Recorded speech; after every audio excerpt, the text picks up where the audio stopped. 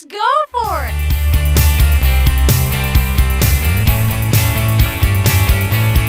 I like the dark stuff. Give me the dark stuff.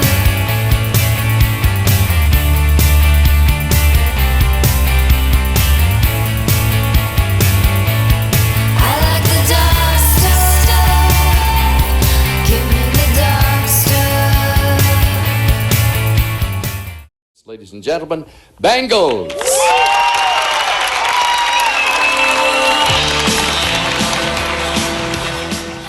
Hey everybody, it's me, your buddy Dave, the host of the Dark Stuff channel here on YouTube. Thanks for checking out my newest video, and today's video is the next one in my series of best debut albums. This time we're talking about the Bangles 1984 debut album, All Over the Place.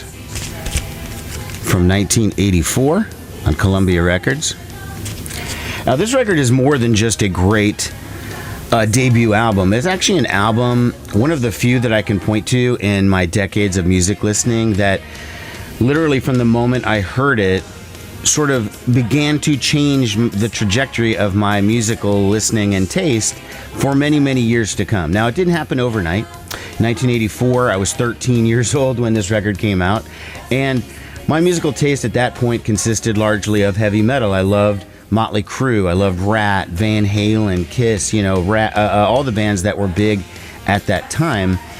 So the idea that a sort of jangly pop 60s influenced group was going to make a dent in my musical listening at that time was pretty, beyond the pale. I didn't think that was something that could even happen.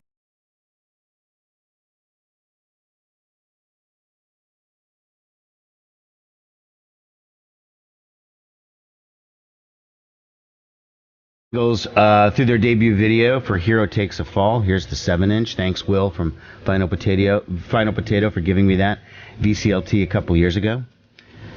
The video hit me like a ton of bricks. It's the gist of the video is just the Bangles out on a street corner, busking, playing for tips, or whatever. And then there's other little scenarios where the various members are out doing other things. But for the most part, it's just a performance video. And I was just so blown away, not only by the song, but of course by Susanna Hoffs. I was 13. I mean, I'm still kind of blown away by Susanna Hoffs, and I'm 50 at this point. But also just because the sound was so different than what I'd been listening to. In all my years of concert going, and I've been going to concerts since 1983, I think was the first show I ever saw.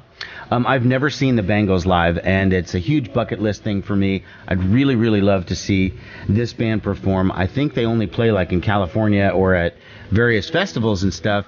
And unfortunately, I'll never get to see the classic lineup, which is Vicki Peterson, Debbie Peterson, Susanna Hoffs, and Michael Steele, as bassist Michael Steele retired about 10 years ago and just doesn't have any interest in playing music anymore. So when they go out and play, they do have a fill-in, and sometimes it's their original bassist Annette, sometimes it's just another person just sort of filling in. But I will grin and bear it, and it won't be a big deal. And once this COVID shit's over and I find out the Bangles are playing somewhere, I'm going to fly over there and go to that freaking show. I did see Vicki Peterson once. In 2015, she was with a band called the Psycho Sisters, which was a band she had with a member of the Cowsills, if you remember them from TV in the 60s, I think. And I think that's her sister-in-law, actually. And they performed here once, and I went to the show. It wasn't anything Bangles-oriented. It was their own original material. In between sets, though, Vicki came out into the crowd and talked to people.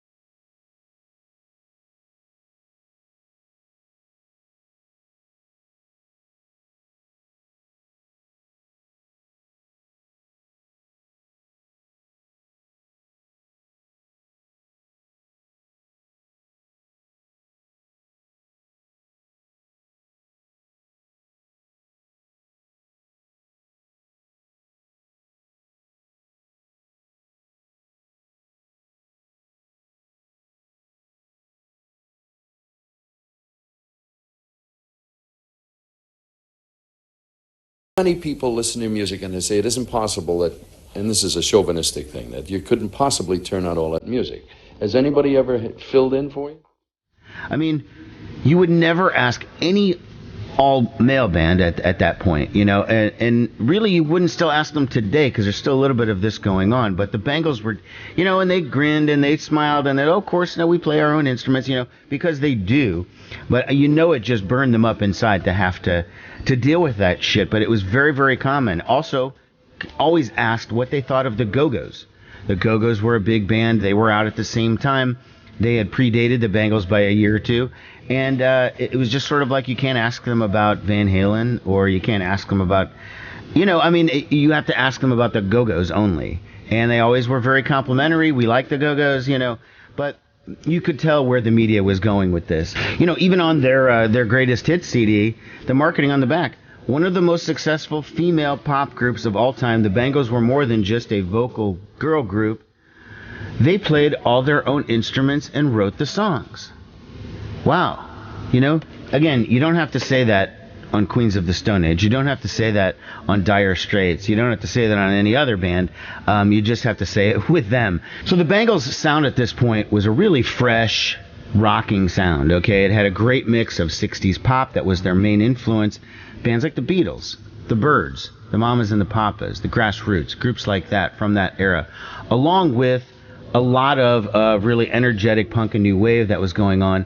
And they were, in fact, part of a scene that resembled punk rock. I would never say the Bangles were punk rockers necessarily, but they were part of an LA scene called the Paisley Underground, which was a 60s influenced version of independent and punk music. The Dream Syndicate, who we'll mention later, was a part of that same scene, the 3 O'Clock, some other bands. The Bangles, the most commercially successful of that sort of scene. The group never sounded like this record again, okay? On later records, and I'm really referring to in their initial run, okay, because they broke up in 1989 or 90 after their third album, Everything. On the second album, Different Light, and the third album, Everything, the songs were accented with a lot of keyboards and sort of what I would say excess production, but I mean, maybe you could just say enhanced production. You know, Walk Like an Egyptian, they use a drum machine, there's all sorts of effects put on their guitars and vocals, and it was never the same sort of just the four of them sitting in a room rocking out. You could still tell that was the core of the music, but that wasn't what they were doing on later records. That's what makes All Over the Place, you know, so extremely special, okay?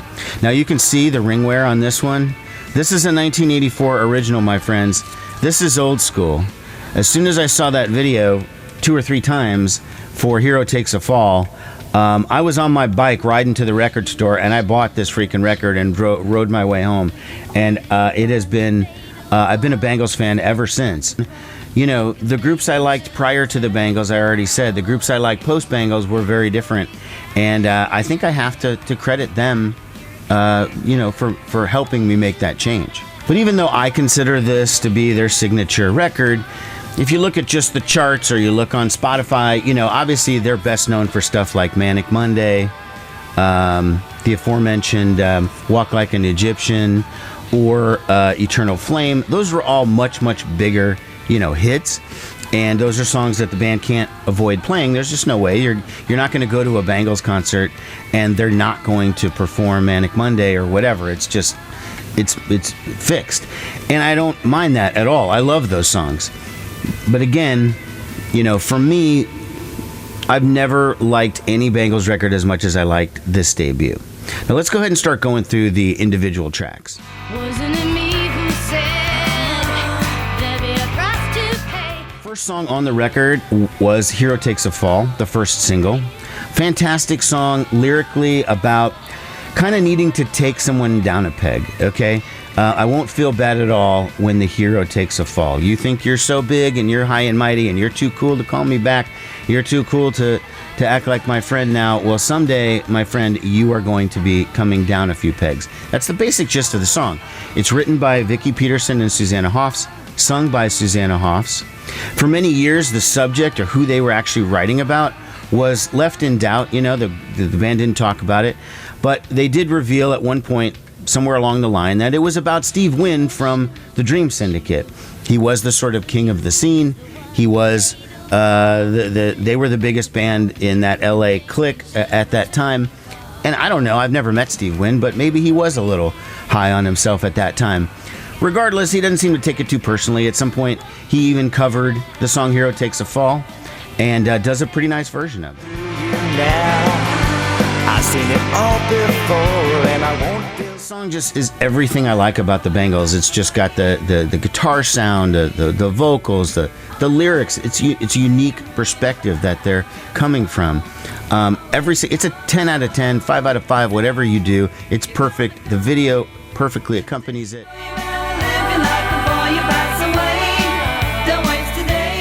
Okay, the next song is called Live, and it's a cover song from a group called the Merry-Go-Round from the 60s. And you can tell this is a pure 60s pop sound that the band is going for on this one. Debbie Peterson takes the lead vocals on this one. Lots of harmonies for the entire band. And what you'll notice throughout this record and throughout their entire career, that the real signature sound of the Bangles, more than what their guitar tone is, more than who does the lead vocal, it's really the harmonies when they get all of them together. This was much more realized once they got Michael Steele in the group and they had all 4 of them doing vocals, because the Bangles, like their heroes the Beatles, like Kiss, are a band with 4 lead singers. 4 front persons potentially.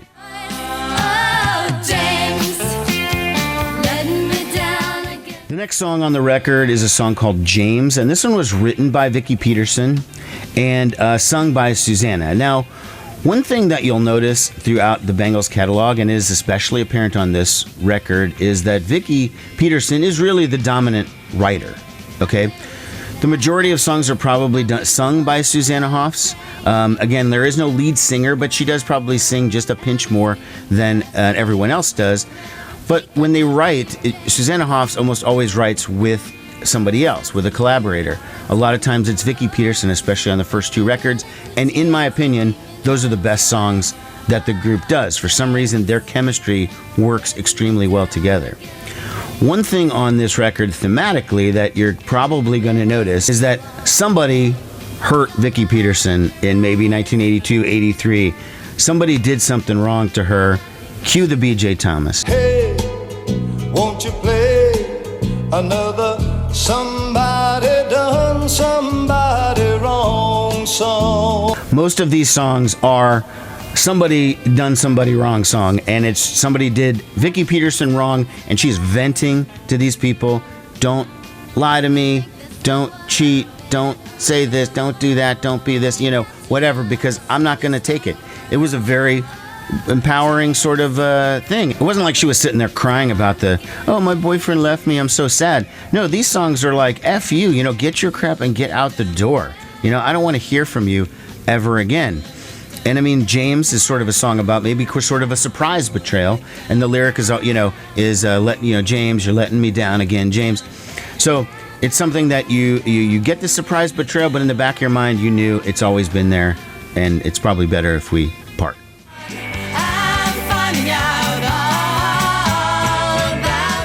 All About You is a song written and sung by Vicki Peterson. It's a great song about the end of a relationship, continuing in the somebody done somebody wrong sort of theme. Again, not in a sad way. It's more, it's more rocking. There's something going on and on. I'm finding out all about you. So now I'm learning what kind of a dirtbag you really are, and the relationship is over. Great harmonies, again, with Hoffs. They kind of do the trade-off sort of thing, and it sounds really, really excellent. Great guitar work on this one. It's very jangle pop. Very, very good song. Last night you cried and I couldn't come. Let's see here. The last song on side 1 is called Dover Beach, and this one is sung by Susanna Hoffs. It was written, again, by Vicki and Susanna. Great combo, of course. This is sort of a mid-tempo song, guitar rocker. It's less like 60s influenced and has more of an 80s kind of new wavy sound. Great harmonies, really, really good lead guitar work from Vicki Peterson on this one. This is a solid song that they still perform live on occasion. I mean, this concert on the TV behind me is from 2019, and they played it at that show. So obviously, even though it wasn't a hit, whatever, still one that the band wants to perform in concert. 1, 2, 3, abandon me. 8, 9, 10, you're back. Side 2 starts off really rocking with Tell Me. This is a song, again, written by Hoffs and Vicky Peterson together. It is kind of another angry end of a relationship song. It's 1, 2, 3, abandon me. Ba-na, ba-na. 8, 9, 10, you're back again. Ba-na, ba-na. Great song. It's sort of sung by Vicky and Susanna together, but I would say it'd be about 60-40. Susanna, she has a slightly more dominant role, but just a fantastic song that you will be humming to yourself as soon as it's over. I guarantee it. Well, should I question anything you have done? This cut is called Restless. It's another Hoffs and Peterson collaboration, sung by Vicky this time. And it's, again, she's telling somebody off. It's like, the lyric is something like, she says something like, should I question everything you have told me? It's more overtly guitar rock than the others, sort of similar to the last one. It's less 60s, and it's just kind of an 80s guitar song. I don't know who would do this to a Bangle, who would do her wrong so much that she would write almost an entire record about it. But that would never be me, just FYI. I'm going down to Liverpool to do nothing. Okay, moving on. The next track is called Going Down to Liverpool. This was the second single off the album. It's a cover song. Now, I was told in college, I was in college 30 fucking years ago, it was a long, long time ago, that I was told that this song was originally done by the Soft Boys with Robin Hitchcock's old band before he had the Egyptians. That is not true, okay? That is false. It was done by Katrina and the Waves. The reason why there might have been some confusion is it was written by a man named Kimberly Rue. Now, why his parents named him Kimberly, that's for another story. That's for another video. I'm not going to get into it. But Kimberly Rue was in the Soft Boys, then joined Katrina and the Waves, and they did the song Going Down to Liverpool. Debbie Peterson does the vocal on this one, and it's great. And the video is very notable, again, in this case, because it features Mr. Spock, or Star Trek actor Leonard Nimoy, who plays the driver in the video. And the gist of the video is that the girls are in the back of the car and Leonard Nimoy is in front, and he's driving them, I guess, to Liverpool. I don't know. The reason he was in the video wasn't because he was such a Bangles fan necessarily, but Susanna Hoffs' mother directed the video, and they were old family friends, and Susanna called Leonard Nimoy up and said, hey, would you be in the music video for my band? And he's like, okay. And therefore, a legendary video now. And, you get a lot of attention from Trek fans just like me, because it was like, oh my God. That was before Star Trek had come back with all the new shows, and, the movies were still going, whatever. But that's neither here nor there. This isn't a discussion about Star Trek, okay?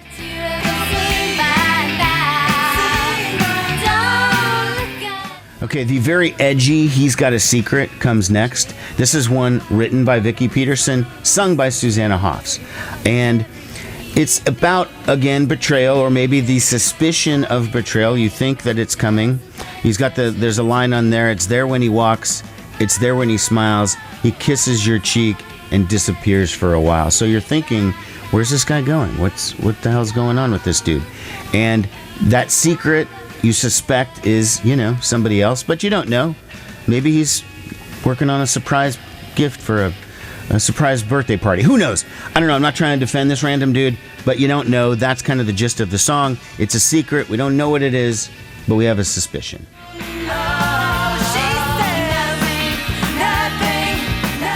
Most overtly punk rock tune on the record would be Silent Treatment, written and sung by Vicky. It's very fast, edgy, lots of lead guitar. There's a shouting to it. There's like nothing, nothing, she said nothing. And that's the Silent Treatment. It's really fast, really aggressive.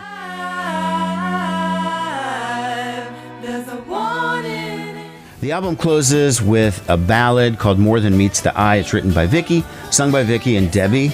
And it says string arrangements.